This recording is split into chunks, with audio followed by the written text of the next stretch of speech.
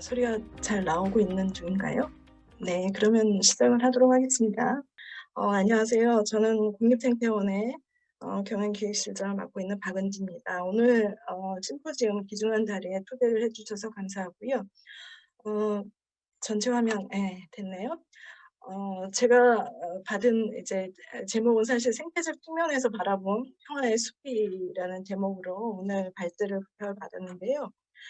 어 사실은 그 앞에서 이제 김대영 교수님이 발표하신 내용이 이미 받아본 자료를 보다 보니까 그냥 평화숲에 대한 어 그 생태적 측면에서 어떻게 평화숲이 돼야 되느냐 하는 얘기를 떠나서 일단 평화의 숲이 지금 어떤 방향의 조성 전략을 갖고 있고 방향을 어떻게 설정하고 있는지의 관점에서 다시 한번 다뤄보면서 약간 토론 방식의 발표를 할 수밖에 없는 상황이라는 점을 먼저 양해를 하기보다는 그런 관점에서 이제 준비했다는 거를 말씀을 드리고 시작을 하겠습니다. 일단 앞에 발표를 해 주셨지만 평화의 숲 개념이 어 지금 보시는 것처럼 비전, 기능과 범위, 그다음에 단계적인 조정 전략 이런 것을 이제 말씀을 해 주셨습니다. 근데 제가 보면서 다소 좀 이 공간적인 특히 구현이 어떻게 되는가에 대한 부분 때문에 상당히 좀 혼란스러운 부분이 약간 있었고요. 그래서 개념이나 목적, 공간적인 구현이 어찌 되는지에 대해서 좀 더 검토를 하면서 약간 '재현을 좀 해야 될까?' 요런 생각을 좀 하면서 자료를 좀 준비를 했습니다. 일단 제가 볼때 일단 분쟁과 갈등이 있는 지역의 회복과 지속 가능한 발전을 기여하는 숲인 평화의 숲이 공간적인 그 어떤 위계라고 해야 되나요? 지금 기능적으로 분류해 놓은 세 가지 보존과 복원, 조성 이 숲에 대한 세 가지 기능에 대해서 공간적으로 제가 볼 때는 특히 이 지역 DMZ 민북 지역이라고 하는 이 답경 지역에서 적용할 때 공간적인 위계는 좀 다르다라고 저는 봤습니다.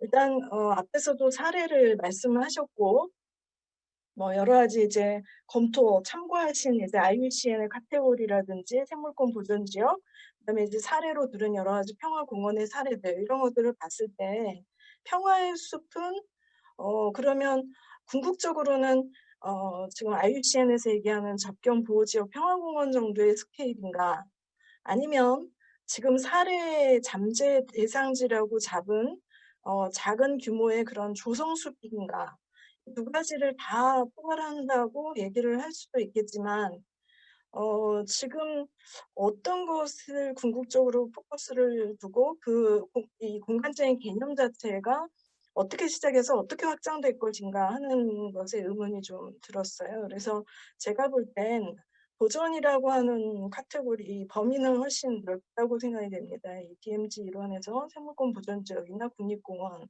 이런 정도의 이제 큰 범위 전체 지역이 이제 해당이 되고 그다음에 이제 훼손이나 오염이나 단절된 지역은 이제 규모로는 수 헥타르에서 수백 헥타르 정도가 될 텐데 그 복원 숲이 되겠고요. 복원을 해야 되는 건데 이 복원의 의미는 이 지역의 보존, 생태계의 보존을 위한 어떤 그 안에 맥락 안에서 생태계 유형이라든지 그 지형이라든지 이런 걸 반영한 생태적인 복원이 돼야 될 것이고 예 조성은 어떤 이용과 협력의 거점으로서의 조성 숲이 되지 않을까라고 생각이 됩니다. 그랬을 때 규모나 그 안에서의 관계들이 네트워크나 여러 가지 설정이 단순히 보존 따로 복원 따로 조성 따로가 아니라 연계를 가지고 있고 공간적인 위계가 있다라고 저는 생각이 됐습니다. 그래서 이 접경 보호 지역의 평화공원과 평화기념공원이 뭐 제가 그전에도 이제 이 그러니까 이 생태평화공원 또는 이제 생평화공원이라는 개념 어떻게 조정을 할 것인지 DMZ 이론에 대해서 접근을 하면서 가졌던 이제 개념들인데요. 접경 보호 지역의 평화공원은 우리가 이제 이 결국 보호 지역을 의미하는데요. IUCN에서는 생물 다양성과 자연자원 및 연계된 문화정을 보호 유지하면서 평화의 협력을 촉진하기 위해 만들어진 적정 보호 지역으로 정의를 하고, 앞에 발표에서도 말씀하셨던 이제 미국 캐나다의 워터톤 글레이시어 평화공원 등등등 굉장히 많은 사례들이 이제 있습니다. 그리고 이런 평화공원의 사례도 유형을 한 5가지 정도 나눠 놓고 있고요. 바로 붙어 있는 경우도 있지만 서로 격리돼서 공동으로 어떤 협력을 할 수 있는 그런 사례들이 이제 유형 3 같은 경우인데요. 만약에 협력이 서로 잘 된다면 서로 지리적으로는 격리돼 있지만 금강산과 설악산 국립공원들이 서로 이제 트윈파크나 프렌드십 파크 같은 개념으로 협력하는 그런 형태도 가능하고, 그 사이를 연결을 해서 하나의 평화공원화하는 유형 2와 같은 형태도 가능하고, 지금 현재는 연천의 임진강 생물권 보존지역, 강원 생태 평화 이제 생물권 보존지역 지정이 되어 있는데요. 아직 북한에는 그런 더 확대된 형태로 지금 DMZ라든지 그 바깥의 북한 지역이 확대되어 있지는 않으나, 이걸 가지고 더 발전시키고 확대하기 위한 협력을 하는 것도 가능하고, 이러한 형태의 유형이 여러 가지가 가능합니다. 거기에 비해서 사실 이제 평화기념공원은 전쟁의 아픔을 기억하고 치유하면서 평화의 가치를 되새기기 위해 설립하는 이제 평화기념공원들은 굉장히 많습니다. 이것도 또한 이제 보통 평화공원이라고 부르는데요. 박근혜 정부에서 이제 DMZ 내부에다 1평방킬로미터의 크기 정도의 작은 어떤 기념, 일종의 이제 저는 그걸 이제 평화기념공원의 어떤 컨셉이라고 보는데요. 물론 생태적으로 거기를 이제 상징화시키는 그런 의미가 있지만, 그리고 협력을 하기 위한 의미이기 때문에 기념이라는 메모리얼보다는 좀 더 협력적인 어떤 모멘텀을 이제 가지기 위한 그런 의미지만, 공간 규모라든지 내용 면에서는 유사한 게 이제 평화기념공원이라고 볼 수가 있겠습니다. 그랬을 때 제가 이제 앞에서 살짝 보여드린 바와 같이 어 이 평화의 숲은 과연 접경 보호 지역의 평화공원으로 앞으로 가기 위한 것이냐, 아니면 평화기념공원의 형태를 지금 시작을 해서 앞으로 가겠다는 것인가, 이제 이 질문을 제가 하는 거고요. 그게 조금 더 명확한 개념과 명확한 조정 전략 안에서 반영돼서 갔으면 좋겠다 하는 생각이 있습니다. 그리고 또 하나는 이제 그동안에 그 정부에서 모든 부처 오늘 이 평화의 숲도 범부처적으로 각 부처들이 협력해서, 지자체가 협력해서 이제 가는 사업으로 발전시켜야 된다고 말씀을 하셨는데요. 각 부처별로 DMZ 접경 지역 중심으로 했던 많은 사업들과 개념들이 있습니다. 지금은 이제 DMZ 평화의 길이 있는데요. 이 평화의 숲을 저는 보면서 평화의 길과 평화의 숲은 어쩌면 같이 갈 수 있는 게 아닐까라는 생각을 좀 해봤습니다. 그리고 평화의 숲은 어, 제가 볼 때는 마지막에 이제 전략으로 생물권 전체 DMZ 전체를 세계유산 또는 이제 생물권 보존지역 이런 말씀을 하셨지만, 평화의 숲은 제가 볼 때 더 명확한 실행력을 가진 어떤 오히려 공간보다는 조직에 가까운 형태의 어떤 일이어야 되지 않을까라는 이제 생각이 좀 들었고요. 그래서 공간적으로 이게 평화의 숲이 나중에 DMZ 전체를 아우르는 평화공원이 평화의 숲이다라고 하기에는 기존의 다른 구상들이 굉장히 많고 이런 것과 차별화되지 않는 지금 상황이라는 말씀을 좀 드리고요. 오히려 평화의 길과 함께 페어로 평화의 숲을 통해서 거점들을 통한 지역의 어떤 협력 거점으로서의 조직이 오히려 굉장히 의미가 있는 것이 아닐까. 그리고 그 조성을 통해서 복원과 보존을 촉진할 수 있는 협력 공간을 만드는 것이 평화의 숲이 아닐까, 이런 생각이 제가 좀 강하게 들었다는 말씀을 드리고요. 그래서 평화의 숲의 공간적인 구현의 대상 범위와 기능이 지금 현재 전략으로 잡아 놓은 것에서는 조금 모호한 부분이 좀 있어서, 그리고 담대 대상 지역으로 지금 시작하는 것이 향후에 보전이라고 하는 큰 틀로 넘어가는 데 있어서의 갭이 좀 굉장히 지금 있다는 말씀을 드립니다. 그래서 평화의 숲 보존을 위한 질문이나 또는 이제 고려 사항으로 지금 몇 가지를 좀 해 봤는데요. 일단 평화의 숲이 파괴되는 공간 대상이 정확하게 어딘가 하는 건데요. DMZ 전체인가, 이거는 이제 IUCN의 평화공원 개념이 돼서 평화의 숲을 그렇게 DMZ 전체를 포함해서 세계유산 또는 생물권 보존 지역을 포함하는 것을 평화의 숲이라고 할 것인지, 아니면 내부 거점 같은 어떤 지금 박근혜 정부에서 했던 DMZ 세계 평화공원 같은 어떤 상징화된 공간을 의미하는 것인지, 또는 DMZ 외부 민북 지역이 특히 될 텐데요. 훼손지를 복원하는 복원숲을 중심으로 얘기하는 것인지, 또는 상징적인 공간을 그 외에도 이제 많이 만들어 놨는데요. 이런 공간들 또는 사람들의 접근, 협력이 오히려 용이한 공간으로서 예를 들면 생물권 보존지의 협력구역에 어떤 거점 공간화시키기 위한 것인지, 조금 더 이게 단계적이 됐든 아니면 지금 당장 앞으로도 계속 무엇을 더 타겟하는 것인지가 좀 더 명확한 게 좋겠다는 생각이 제가 들었습니다. 마찬가지로 이제 연결된 건데요. 공간적인 구현 부분이 결국 핵심 기능과 연결이 되는데, 지금 1단계, 2단계, 3단계 전략들을 이제 말씀을 하신 부분이, 이게 조성의 전략이라고 돼 있는데, 조성의 전략이라 하면 결국 이제 공간적인 전략을 같이 포함하는 거나 하고 있는데, 사실은 이제 이 내용적인 면에서 보면 단계적으로 이 평화의 숲이라고 하는 공간보다는 어떻게 보면 조직이 가지는 단계적 어떤 전략 목표와 과제가라고 저는 이제 이해가 좀 되는 측면이 있습니다.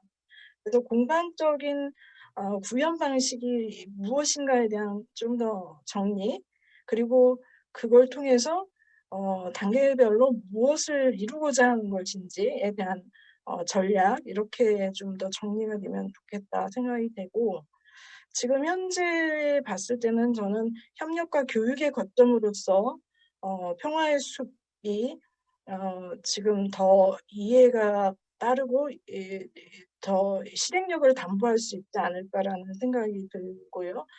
기존의 각 부처별로 굉장히 많은, 또는 지자체에서 만든 여러 가지 계획 구상이나 많은 내용들이 있는데, 사실은 그 내용들이 좀 총괄적으로 누군가 뭐 "컨트롤 타워가 있어야 된다." 또는 "코디네이터가 있어야 된다." 이런 말을 많이 하고는 있습니다. 근데 이런 것이 사실 제가 볼 땐 이 평화의 숲이, 저는 이제 개인적으로는 이 많은 흩어진 사업들을 쪼끔 글루 같은 형태의 글루가 돼서 묶어 주거나 이렇게 좀 연결해 줄 수 있는 그런 역할, 그러니까 컨트롤 타워가 아니라 코디네이팅하는 역할이 '평화의 숲이 되면 어떨까.'라는 좀 생각이 들었습니다. 그리고 무엇보다 다른 데에서 이제 기존에 없던 것 중에 가장 중요한 부분은 아마도 핵심적인 부분, 북한의 산림 복원 협력을 촉진하고 더 확장해 나갈 수 있는 게 가장 큰 아마 역할이 아닐까라고 저는 생각이 됐고요. 네. 세 번째는 평화의 숲 조성과 관련해서, 사실 이제 생태적 측면에서 평화의 숲을 얘기를 하라 그러면, 사실 이제 그게 더 명확하다면, 공간적인 구현이 어떤 것을 의미하는지가 명확하다면 좀 더 나가서 말씀을 드릴 수는 있는데요. 아직은 한 가지 요거는 좀 짚고 제가 말씀을 드리고 싶은데, 이 DMZ 접경 지역의 서해에서 동해저 서까지 이제 생태계 유연이 굉장히 다양하고 지형 경관도 다양하다는 거는 다 아실 겁니다. 그래서 그러니까 산림, 숲 이랬을 때 우리가 생각하는 것은 항상 산악형의 숲을 얘기를 하고 있습니다. 근데 사실은 DMZ에서 가장 우리가 중요하게 바라봐야 될 것은, 다른 지역에도 일반적으로 많은 산악형 숲이라기보다는 지금 이 전용 이 평지숲, 지금 하천변의 숲, 자연적으로 인위적인 어떤 힘이 가해지지 않은 이런 지금 사진에서 보는 것과 같은 평지의 숲들과 하천변의 숲들, 이런 것들을 어떻게 또 보존하고 또 조성하고 복원할 때 그걸 원형으로 활용할 수 있을지, 이게 굉장히 중요한 부분이라고 볼 수가 있겠습니다. 특히 이런 평지 숲과 관련된 서부 쪽에 많이 있는데, 그만큼 훼손이나 개발의 압력에도 놓여 있고, 이걸 잘 보존하는 것 자체, 그다음에 그 유사한 어떤 형태에서 우리가 교육을 할 수 있는 것, 이게 굉장히 중요하다고 생각이 되는 것이고요. 이거는 이제 그걸 약간 뒷받침하기 위한 자료인데, DMZ와 민북 지역에서 조닝을 했을 때 서부에서부터 동부까지의 이 토지 피복입니다.